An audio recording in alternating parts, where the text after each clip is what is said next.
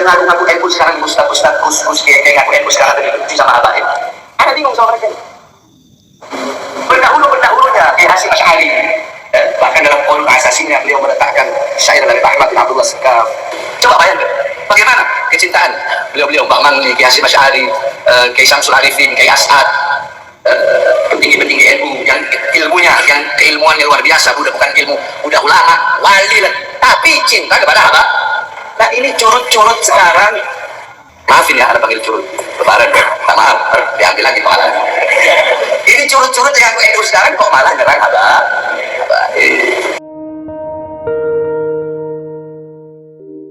Bismillahirrahmanirrahim. Allahumma sholli ala sayyidina Muhammadin wa ala alihi wa sahbihi ajma'in, amma ba'du.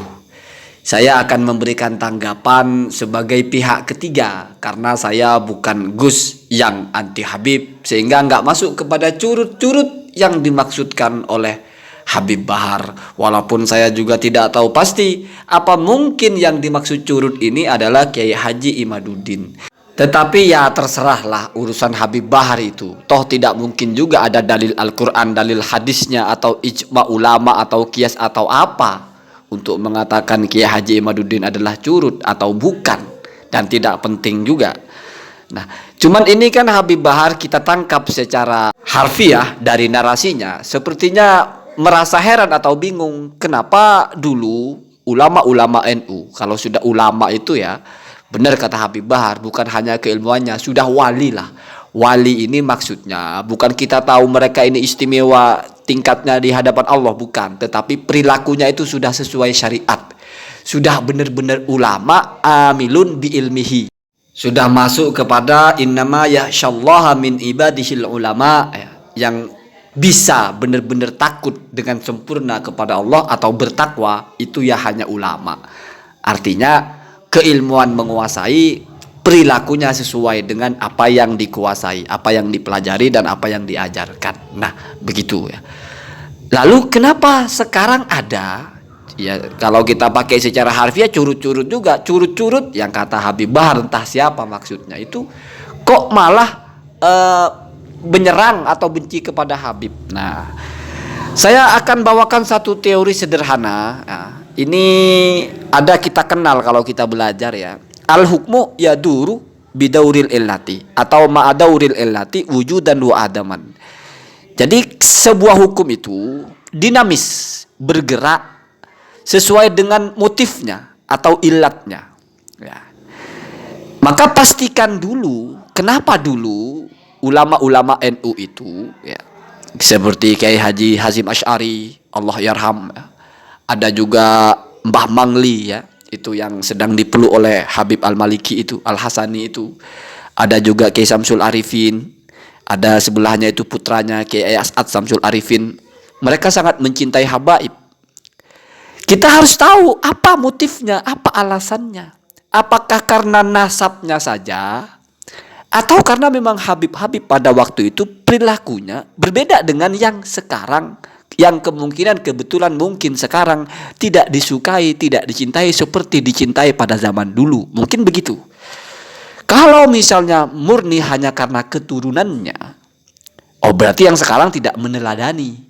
Kenapa? Karena ilatnya masih ada, yaitu keturunan. Sampai kapanpun namanya ilat itu kalau keturunan, alasan utama itu kalau keturunan, berarti yang sekarang kan sama. Sama-sama masih keturunannya juga. Oh berarti masalah. Kalau ternyata zaman dulu ilatnya bukan karena keturunan, tapi mungkin karena keilmuannya. Artinya Habib-Habib yang berinteraksi dengan mereka ya ulama juga misalnya. Atau orang-orang soleh. Orang-orang yang perilakunya adalah teladan.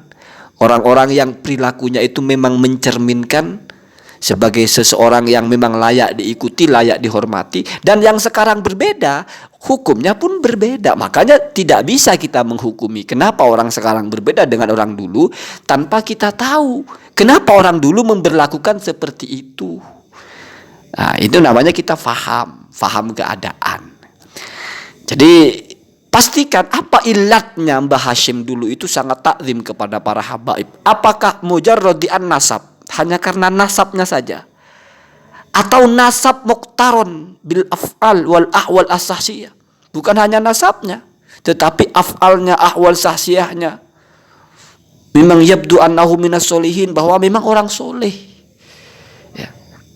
Kalau dua hal jangan dianggap satu. Artinya jangan dianggap yang sekarang berbeda dengan dulu.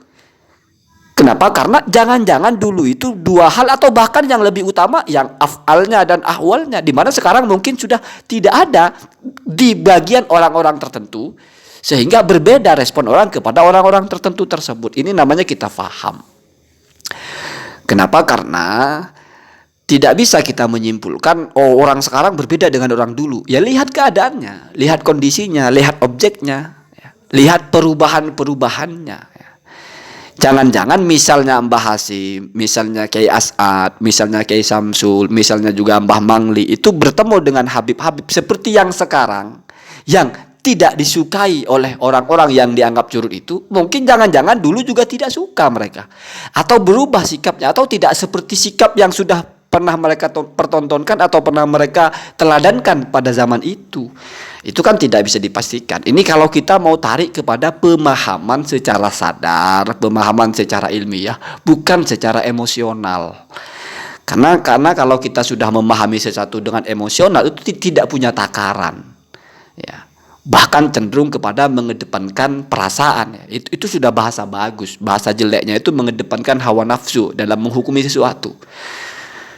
Kalau orang sudah man ala akluhu ala hawahu faqad salimah, ya. Sebaliknya wa man ala hawahu ala akluhu, kalau mengedepankan nafsunya, mengedepankan emosinya, hilang akalnya, kalah, ya. Wah, celaka ya, celaka. Jadi seperti itu, ya. Kalau kita sudah paham begini, maka ya dicari tahu apa rahasianya dulu itu, kenapa bisa begitu. Terus sekarang kenapa berbeda? Diukur. Ya. Oh ternyata zaman dulu dengan zaman sekarang Habib sama saja, ya. Tidak ada yang berubah sama sekali. Ulama dulu sikapnya begini, ulama sekarang berbeda. Oh berarti ulama sekarang tidak mengikuti ulama dulu, kan begitu. Kenapa? Karena objeknya sama, kondisinya sama persis, kok perilakunya berbeda. Oh berarti yang melakukan yang berbeda, yang berubah. Kalau ternyata objeknya berbeda, berarti bisa jadi pelakunya ini masih menerapkan sikap yang sama. Cuma karena objeknya berbeda, maka kita mengikuti tetapi sesuai dengan kondisinya. Sama dengan misalnya kita itu melihara ayam. Keadaan ayamnya ini butuh makan. Zaman dulu orang kasih makan. Terus giliran kita, ini ayam butuh minum. Kita dalam rangka memelihara ayam, tapi butuhnya apa? Minum. Kita kasih minum. Ya, walaupun kamu kok bingung, kok masa terpisah, ini gambaran saja, ya. Di mana keadaan itu merubah apa yang kita berikan, apa yang kita perlakukan, bagaimana sikap kita menghadapi. Walaupun kita menjaga asas yang sama, memelihara ayam misalnya, atau kita merawat tanaman, ya. Bagaimana orang dulu merawat tanaman, bagaimana orang sekarang merawat tanaman, dengan berpikir sama bagaimana tanaman ini bisa bagus, bisa subur, bisa tumbuh, bisa berbuah, prinsipnya sama. Cuma mungkin tanamannya berbeda, maka kita ngasih pupuknya berbeda. Kadang kita juga menebang tangkai-tangkainya yang mengotor-ngotori dengan cara yang berbeda, ya. Jadi tidak bisa disamakan secara persis, ya. Dan yang diikuti itu adalah uswahnya, spiritnya, ya, ajaran-ajarannya. Kira-kira seperti itu kalau menurut saya, ya. Ya ini kan juga pertanyaan yang tidak bicara tentang kitab, karena kita mau cari di kitab mana kira-kira kenapa ulama NU dulu Mbah Hasim sampai menulis syairnya Habib Al-Haddad atau Habib siapa dalam bukunya. Terus kenapa sekarang ada curut-curut yang benci kepada Habib? Wah, gimana kita cari hukum? Ini kan bukan hukum halal haram ya, tetapi nanya kenapa gitu ya.